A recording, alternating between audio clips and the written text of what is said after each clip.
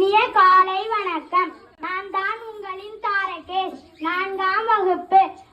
சுதந்திர தின உரை. சுதந்திர தின பேரழகும் எமது வார்த்தைகளின் அணிவகுப்பும் பேச்சாற்றலின் கம்பீரமும் சற்றே தங்களை சிந்திக்கவும் மெய்சிலுக்கவும் வைக்கும் என்பதில் யாதொரு ஐயமும் வேண்டாம். சபையோருக்கும் சிறப்பு விருந்தினருக்கும் எம் ஆசிரியர்களுக்கும் பெற்றோர்களுக்கும் எம் சிரம் தாழ்ந்த வணக்கம்.